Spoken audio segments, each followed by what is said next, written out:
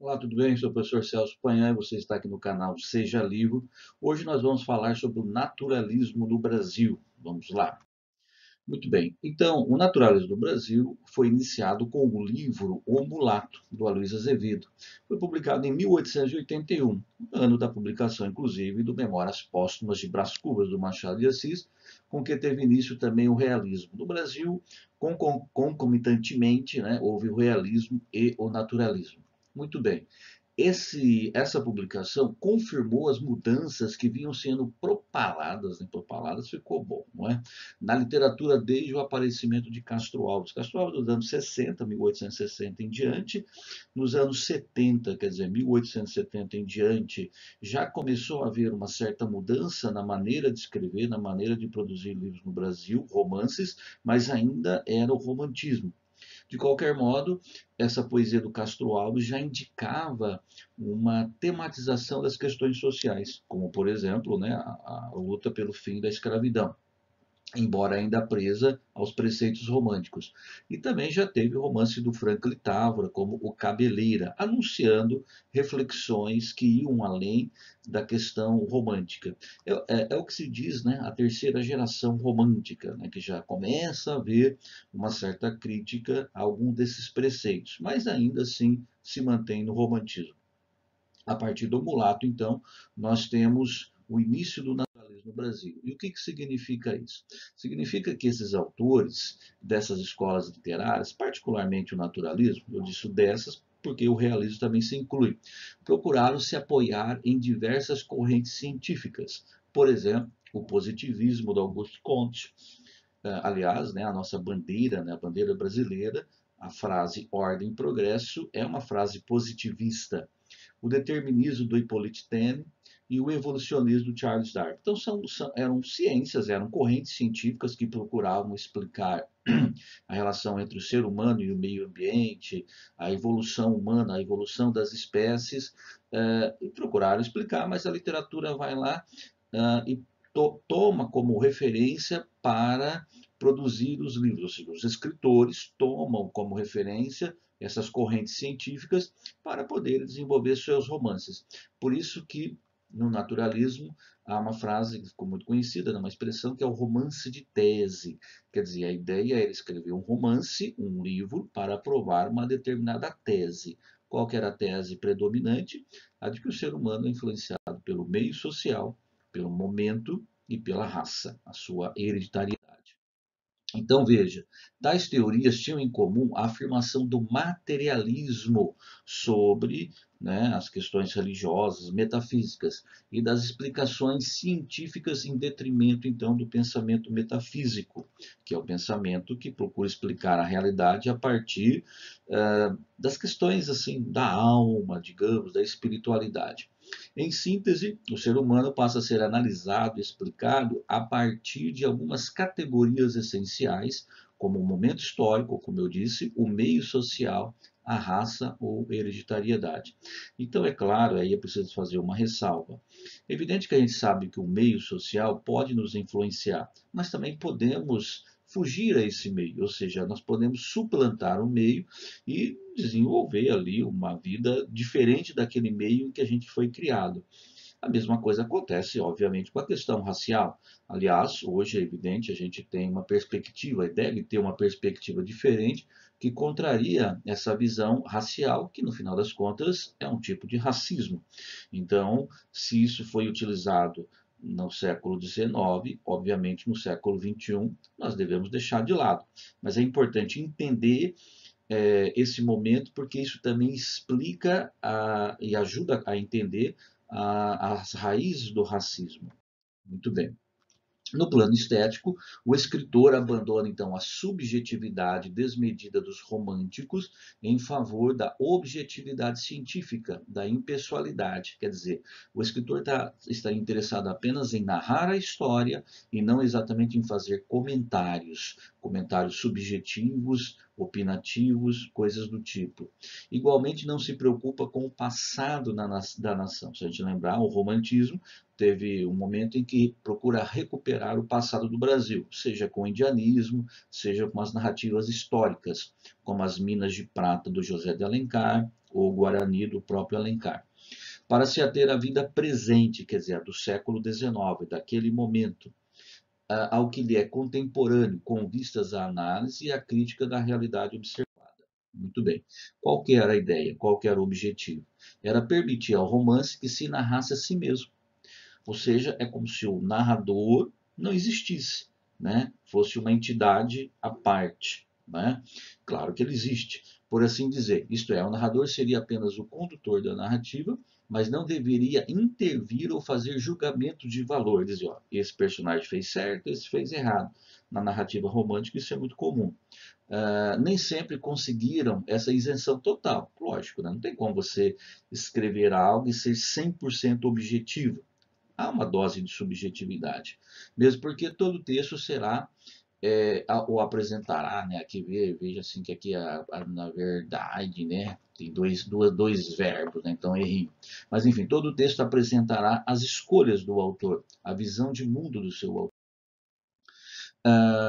Esse aqui é um livro, né, do Émile Zola, um escritor francês que deu origem, digamos assim, ao naturalismo na França e que vai ser base para o naturalismo em Portugal, o naturalismo no Brasil. Uma ressalva, né? Em Portugal não se usou o termo exatamente naturalista, era mais realista.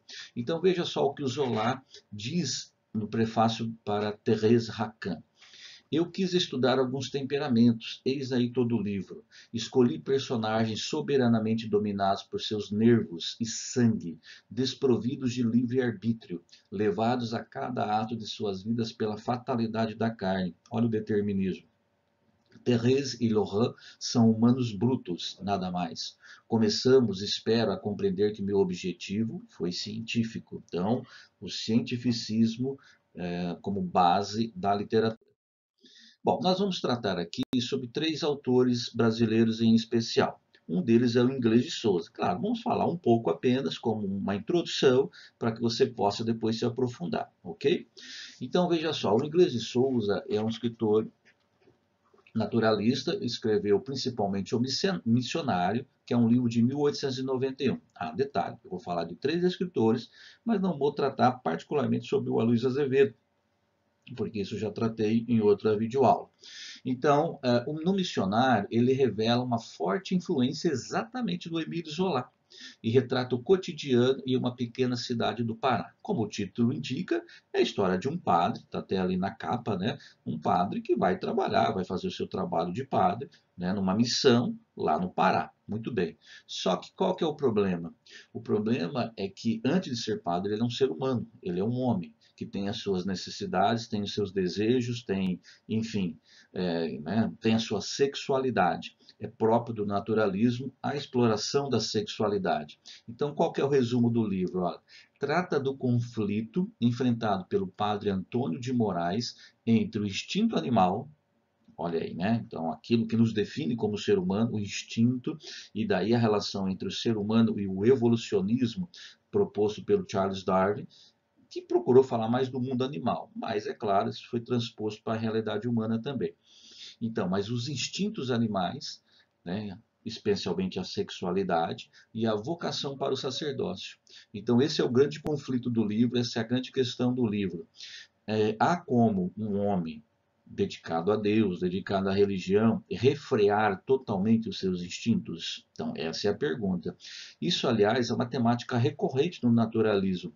Não por acaso, a gente tem ali o crime do Padre Amaro, do Eça de Queiroz, que trata do assunto também. Muito bem. O padre luta sem sucesso, olha aí, sem sucesso, ou seja, ele se entrega para resistir aos encantos de Clarinha, uma mameluca, uma moradora ali local. Então, aqui na capa do livro ilustra exatamente isso. O padre aqui, né, nesse dilema, aqui a Clarinha, né, uma imagem religiosa aqui no fundo, e esse é o grande ponto. Veja, tem um trecho aqui do livro, ó. Padre Antônio, distraído, enfastiado, ouvia pela 20ª vez a história do padre João da Mata, um outro, né? Mas quando o Felisberto começou a falar da Clarinha, quer dizer, ele estava enfastiado, estava com tédio. Uma vaga curiosidade o agitava. A Clarinha fora educada pelo padrinho com tanto esmero e cuidado que não podia ser, como o padre Antônio supunha, uma mameluca como as outras. Quer dizer, ela não era uma pessoa assim bruta, digamos, ela tinha uma delicadeza. Vinha ali um desejo de vê-la melhor, sem a prevenção injustificável que nutria desde que a avistara pela primeira vez de pé sob o tronco de palmeira, de examinar-lhe as feições, sondar-lhe com o olhar o coração para saber se aquela ingenuidade aparente era real ou simulada. Ao mesmo tempo, a sua curiosidade revestia-se com grande espanto seu de uma ligeira malícia, e que não se podia furtar ouvindo tantas vezes a história de Padre João da Mata e da Benedita, a filha da moça furtada por João Pimenta em Serpa. Aí tem toda a história, mas eu destaquei esse trecho em que revela já essa propensão do Padre Antônio de Moraes pela Clarinha, não é? Bom, o Adolfo Caminha é um outro escritor naturalista, publicou um livro chamado O Bom Crioulo. Crioulo é um termo de caráter racial, que indica miscigenação. Hoje em dia é um termo fora de moda, né, porque ele contém um caráter pejorativo, mas é o título do livro, né, não há o que fazer. É verdade que existem as línguas crioulas, que são as línguas miscigenadas, misturadas, mas realmente o termo crioulo deve ser, né, cair em desuso por conta desse caráter pejorativo. Você pode ver aqui a capa dessa edição, nós temos aqui o Amaro, né, então um homem negro, e aqui, né, o Aleixo, um homem branco. Esse vai ser um dos pontos do livro, ou seja, a gente vai ter nesse livro o caráter racial e o caráter da sexualidade, tá? Então é o livro mais bem acabado de Adolfo Caminha, que também escreveu A Normalista. Esse livro, inclusive, foi proibido por um tempo pela temática, né? A temática é a homossexualidade, tá? Trata-se de um livro escrito sob o olhar naturalista, isto é, como meio de comprovar a tese determinista de Hippolyte Taine, segundo a qual o homem é fruto, então, dessas três causas básicas: o meio social, a raça, a hereditariedade e o momento. Muito bem. Então, qual que é a historinha, né, rápida aí do Adolfo Caminha? Olha aí, ó. O livro, cujo enredo se passa ainda à época do Brasil Imperial, se inicia com a descrição do navio onde trabalham Amaro e Aleixo. O Amaro é um escravo fugido que vai para o Rio de Janeiro, enfim, né, não tinha grandes qualificações e vai trabalhar na marinha mercante, quer dizer, vai ser carregador de caixa, né? Ele era um homem grande, forte e tal, carregador de caixa, e ele se descobre ali, né, descobre a sua sexualidade e se apaixona pelo Aleixo, um grumete, quer dizer, um menino que trabalhava lá no navio, de 15 anos, um menino de 15 anos, que trabalhava no navio. Então, a descrição é feita de modo antitético. Que descrição? Né? Como eu disse, um é negro, o outro é branco, há uma antítese que é destacada pelo livro, justamente para poder explorar esses aspectos todos. Quais? A questão da raça, né? E a questão do meio social e também da sexualidade. Isto é lembrado um tempo, isso é lembrando um tempo glorioso e da decadência, quer dizer, o tempo glorioso, né, dos personagens e a decadência desses personagens. Isso acaba sendo representado, então, respectivamente, por elementos brancos e negros no livro.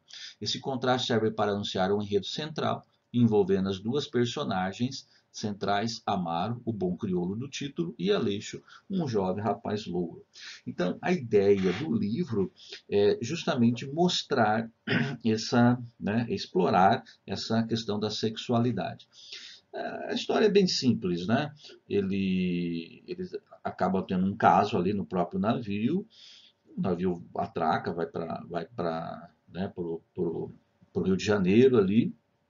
O Amaro morava numa pensão da Dona Carolina e leva o menino para lá também. Ah, né, os outros marinheiros, a capitão do navio já sabia desse caso, então acaba castigando o Amaro, bate nele, é, ele acaba apanhando algumas vezes, numa dessas vezes ele vai parar no hospital, o Aleixo fica morando na pensão, a dona Carolina e eles acabam tendo ali um relacionamento, o Amaro fica muito bravo, por descobrir a traição, vai lá e mata o Aleixo. Então a história em si é basicamente essa, né? Então aqui nós temos um trecho do livro. Sua amizade ao grumete nascera, de resto como nascem todas as grandes afeições, inesperadamente, sem precedentes de espécie alguma. No momento fatal em que seus olhos se fitaram pela primeira vez, esse movimento indefinível que acomete ao mesmo tempo duas naturezas de sexo contrários, homem e mulher, né, determinando o desejo fisiológico da posse mútua, olha aí a ciência, né? Desejo fisiológico. Essa atração animal que faz o homem escravo da mulher e que em todas as espécies impulsiona o macho para a fêmea, olha o vocabulário, sentiu-a bom crioulo irresistivelmente ao cruzar a vista pela primeira vez com o grumetezinho. Né? Percebe? Então, quer dizer, a ideia do livro é exatamente essa, mostrar que o que ocorre entre um homem e uma mulher pode ocorrer entre dois homens. Né? E por isso, inclusive, o amaro é punido. Ah, como eu disse, ele foi até proibido e tal, né? Por questões morais mesmo. E o último livro sobre o qual eu vou falar aqui é do Júlio Ribeiro, que escreveu A Carne, olha o título do livro, né? A Carne, né? Quer dizer, não é a carne do açougue, é a carne mesmo, da questão da sexualidade, mais uma vez. Tinha como objetivo tratar da emancipação feminina. Olha aqui a capa dessa edição, né? Tem que ter uma mulher aqui, um seio, né? A pornografia, mas é a capa do livro. Bem como do atraso em fazendas amparadas no serviço escravo. No entanto, em vários trechos, o autor usa uma linguagem científica, difícil separar o que poderia ser uma obra literária de um livro de biologia. Explicando melhor, no livro A Carne, a gente tem a história da Lenita, que é uma moça que foi educada de uma maneira diferente das outras moças no século XIX. As moças, em geral, eram educadas para o casamento. Ela foi educada pelo pai, já que não tinha mãe, né? A mãe tinha morrido no parto. Ela foi educada pelo pai de modo a ser uma mulher independente. E é o que ela é, né? Uma mulher independente. Depois o pai acaba morrendo, ela já adulta, o pai acaba morrendo e ela se envolve com um homem, vamos ver, um homem que também tinha sido casado. Então veja aqui eu resumindo. Temos a história de Lenita, jovem criada apenas por seu pai, que lhe dera uma educação acima da média, né? Então a mãe tinha morrido. Aos 22 anos, o pai morre também, e aí ela se decide mudar para a fazenda do Coronel Barbosa, no interior de São Paulo. Lá ela conhece o filho desse Manuel, desse Coronel Barbosa, perdão, conhece o engenheiro Manuel, o homem maduro, inteligente e viajado, né? Já tinha até morado na Europa e tal, onde se casou com uma francesa, de quem se divorciou há pouco tempo. Lenita e Manuel iniciam uma amizade por afinidade intelectual, não por uma questão amorosa, mas aos poucos, né, o amor vai se sobrepondo, ou pelo menos essa sensação amorosa. Certo dia, Lenita encontra cartas de outras mulheres que Manuel tinha guardado, né? Ela se sente traída e abandona, e além disso, decide partir, mesmo estando grávida de 3 meses, ou seja, indicando então essa emancipação feminina. Ela se casa com outro homem e Manuel, inconformado, né, com a traição que aí, né, que aconteceu, então se suicida. Então veja só, mas o livro contém assim vários trechos que parece que você está lendo um livro de biologia. Então fala sobre, por exemplo, a menstruação da Lenita em dado momento. Num outro momento ela é picada por uma cobra lá na fazenda, e aí tem toda uma explicação científica sobre como que o veneno age no corpo da pessoa, o que tem que ser feito para inibir esse veneno, porque ela não morre, né? Obviamente. Mas o ponto principal é esse, veja, a Lenita é uma personagem que extrapola aquela visão romântica da mulher que está à espera do seu príncipe encantado. Aqui não, ela decide o seu destino. Então esse que é o ponto interessante. Como o livro, como eu disse, tem alguns exageros. Vamos ver um trechinho. Lenita, sentada, encorajada na rede, com as pernas cruzadas, a chinesa levava a maior parte do dia a ler. Olha aí. Mas não lê qualquer livro, ela lia livro de ciência, inclusive. Conchegando-se no chale, friorenta, aborrecida, esplenética, aos termos.